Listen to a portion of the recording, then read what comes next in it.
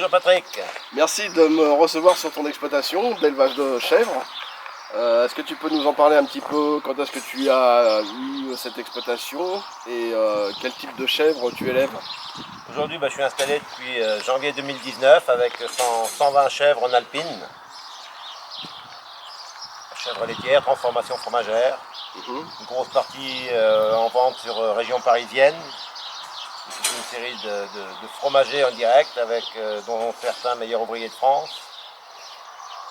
Du Lévic Bizot à Rambouillet, tout un fromage. On a Cyril Ardouin, place d'Aligre, Paris 12e. Une autre série rue de la Fontaine, marché des Batignolles. De toute façon, on mettra les adresses dans la description et puis ça permettra de passer commande par ces personnes-là si les gens sont près de chez eux.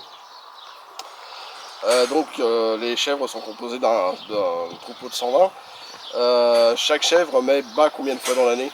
Une fois.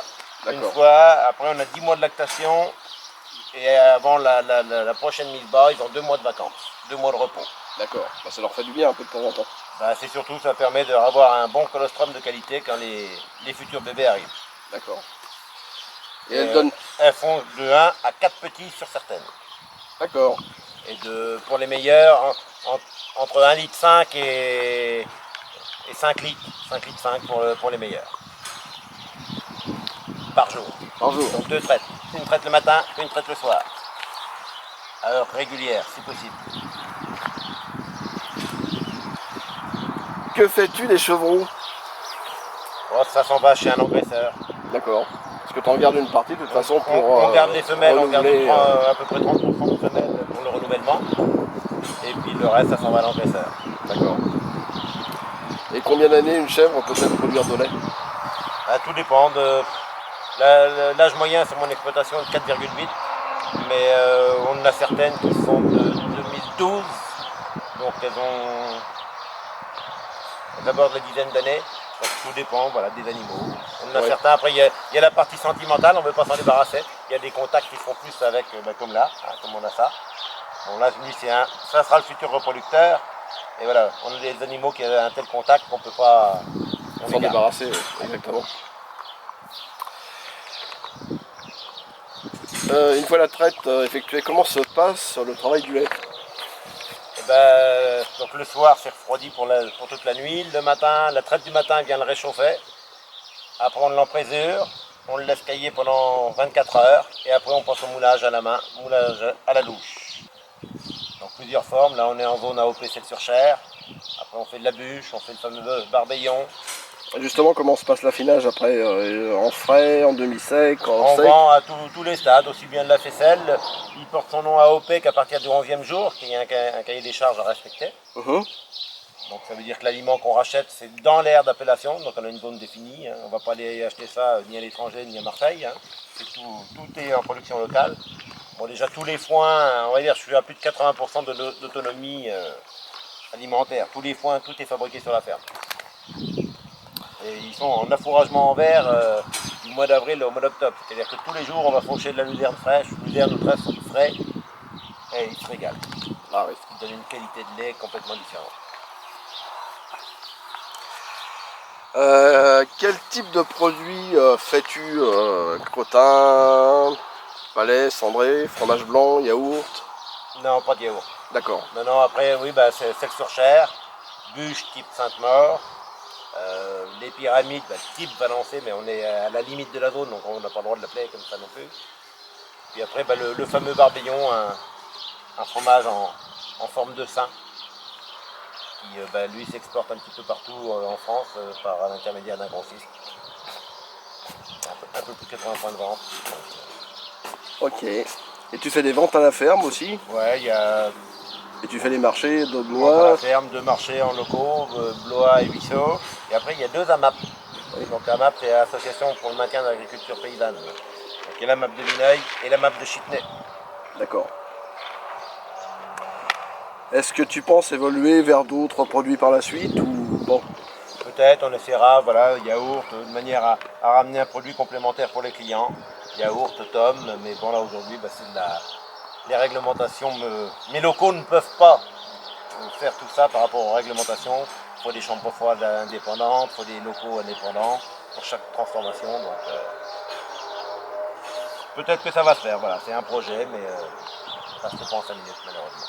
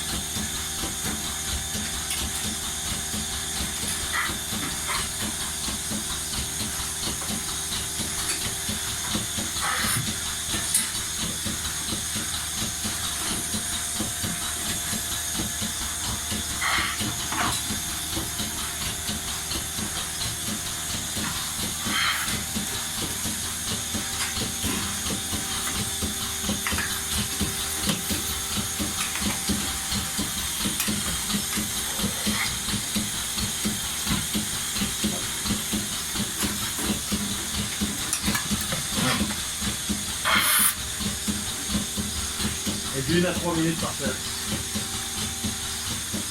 Suivant la quantité de lait.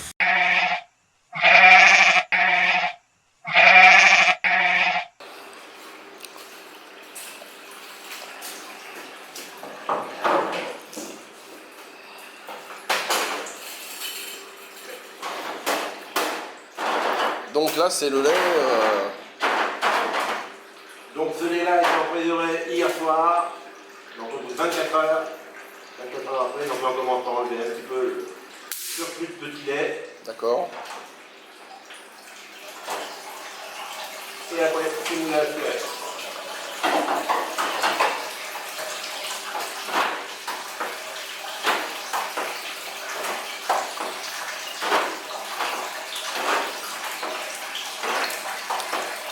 Et donc tu l'as pressurisé.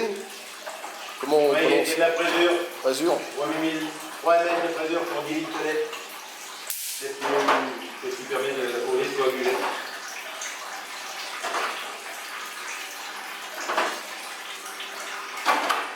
Donc là, on a pesé de surchère, on est à plus ou moins un peu plus d'un litre. 1 litre 100, 1 litre 200, suivant la période et le rendement qu'on va donner. D'accord. Une bûche, on est à plus de 2 litres de lait. C'est ça qui fait la différence de...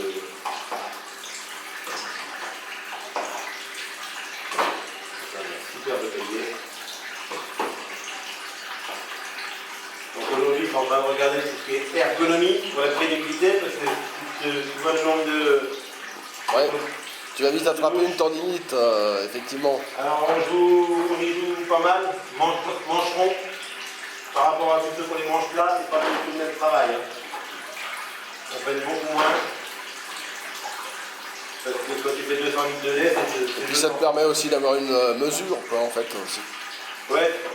À force, on est habitué, plus ou moins, suivant le cahier, on voit le rendement, le résultat. Et là, ça va reposer minimum 24 heures à 48 heures. Alors, dans 24 heures, ça a été tombé ce matin. Donc là, on voit bien qu'elles sont remplies à ras. Oui. Déjà, au bout d'une douzaine d'heures, elles vont diminuer de moitié. Le lait, c'est quand même 80% d'eau. Donc ça s'égoutte toute la journée. Demain matin, ça va être salé. Alors c'est du fiel sur chair, donc il a une forme légèrement tronconique. Donc il n'est pas retourné dans les moules. Il y a certains fromages qui retournent dans les moules, j'ai des petits palais pour avoir une belle forme arrondie des deux côtés, mais c'est sur chair, justement, il a eu une forme un peu confuse sur les bords.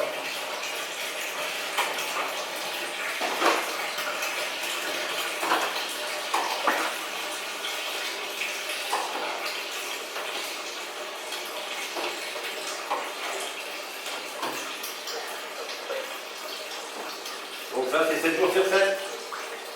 D'accord. On peut faire un report de lait de 48 heures maxi. Mais souvent, on en prend tous les jours, parce que le lendemain, ça fait le double boulot.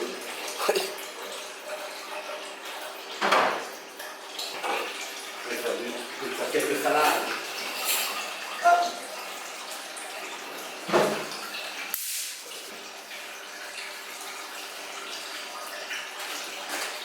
Et c'est quoi comme sel, là, non? Du sel? C'est du sel cendré, on l'achète tout prêt. Ah oui? Tout prêt, tout dosé. On pourrait le doser nous-mêmes, acheter notre sel blanc et mettre notre dosage de cendre. Là, la cendre est très très volatile parce qu'elle est d'une finesse. Alors, le souci, quand on utilise la cendre pure, il faut faire attention qu'il n'y ait pas un seul courant d'air. Oui. C'est-à-dire, on regarde bien la clim de la fromagerie, parce que le moindre courant d'air que ça fait, la moindre humidité, le lendemain, les murs s'enfouillent. Le lendemain, les murs sont noirs. Donc là, c'est pareil, c'est un geste sur le spécifique aussi. Et ça, c'est de l'artisanal, donc on ne peut pas. Là, c'est le barbillon.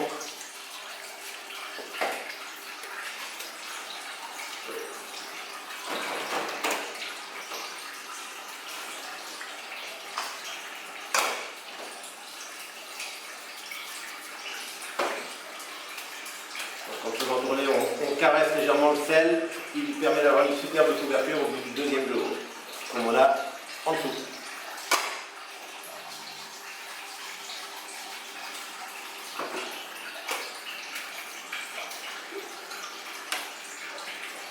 On les laisse pendant 2 jours dans la salle, là on est à 20 degrés, 80% d'humidité, de manière à ce que notre couverture se fasse naturelle, tranquillement, et après on rentre au froid. Au démarrage, le lait, il arrive là, ce canne-là, dans le fameux tank. Ah, il recommence. Hop. La canne à lait, le filtre, il est mis.